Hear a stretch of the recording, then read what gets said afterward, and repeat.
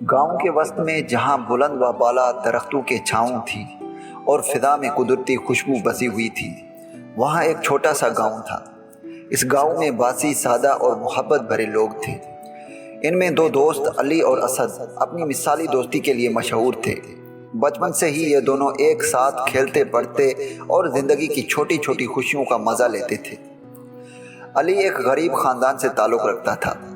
اس کا گھر پرانا اور ٹوٹا پھوٹا تھا، لیکن اس کے دل میں سخاوت اور محبت کی دولت تھی۔ علی کا خاندان محنتی تھا اور وہ ہمیشہ دوسروں کی مدد کے لیے تیار رہتا تھا۔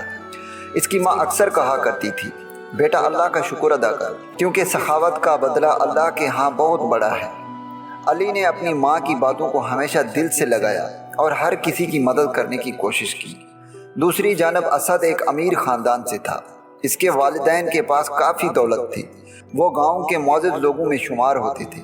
اسد کا گھر بڑا اور خوبصورت تھا، جہاں ہر چیز موجود تھی، لیکن اس کے دل میں خود گردی اور تکبر نے جگہ بنا لی تھی۔ اسد ہمیشہ اپنی دولت پر فخر کرتا اور لوگوں کو حقیر سمجھتا، اور علی کی غربت پر ہنستا اور اسے اپنی دولت دکھانے کی کوشش کرتا۔ ایک دن علی کے گھر کے حالات بد سے بدتر ہو گئے۔ اس کی ماں بیمار ہو گئی اور گھر میں کھانے کے لیے کچھ نہیں بچا تھا۔ علی نے اپنی ماں کی طرف دیکھا، جو بستر پر لیٹی تھی اور تکلیف میں تھی۔ علی نے دل میں فیصلہ کیا کہ وہ اپنے دوست اسد کے پاس جائے گا اور اس سے مدد مانگے گا۔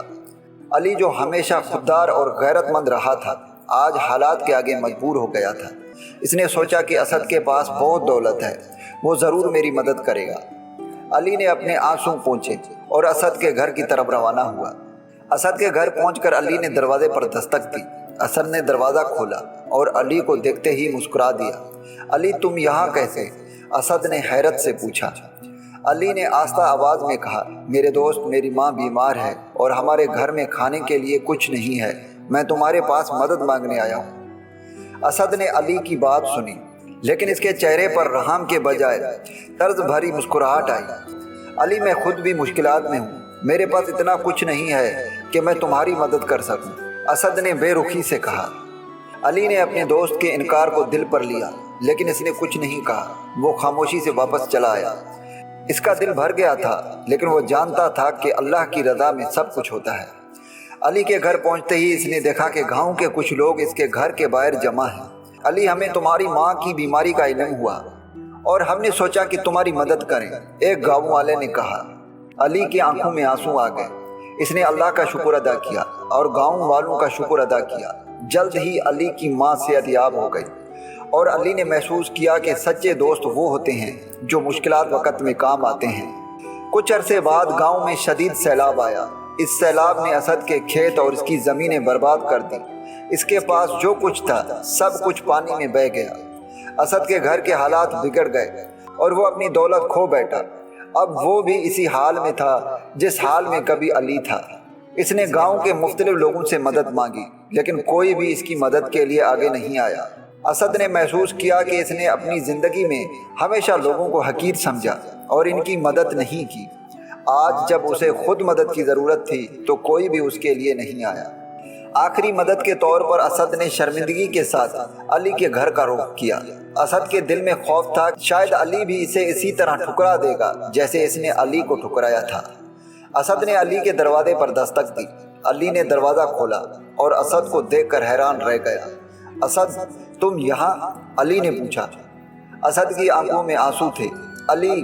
علی میں تم سے معافی مانگنے آیا ہوں۔ میں نے تمہاری مدد نہیں کی جب تمہیں میری ضرورت تھی۔ آج میں خود مشکل میں ہوں اور مجھے تمہاری مدد کی ضرورت ہے، اسد نے شرمندگی سے کہا۔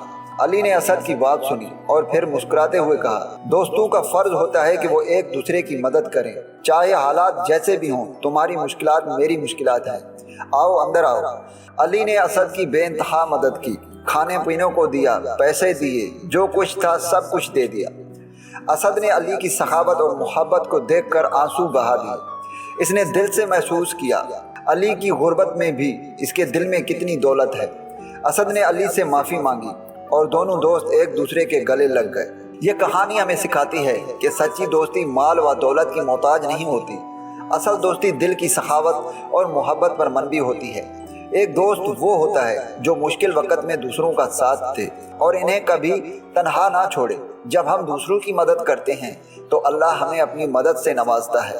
اس کہانی میں علی کی سخاوت اور اسد کی توبہ ہمیں یاد دلاتی ہے کہ حقیقی دولت دل کی پاکیزگی اور محبت میں ہوتی ہے۔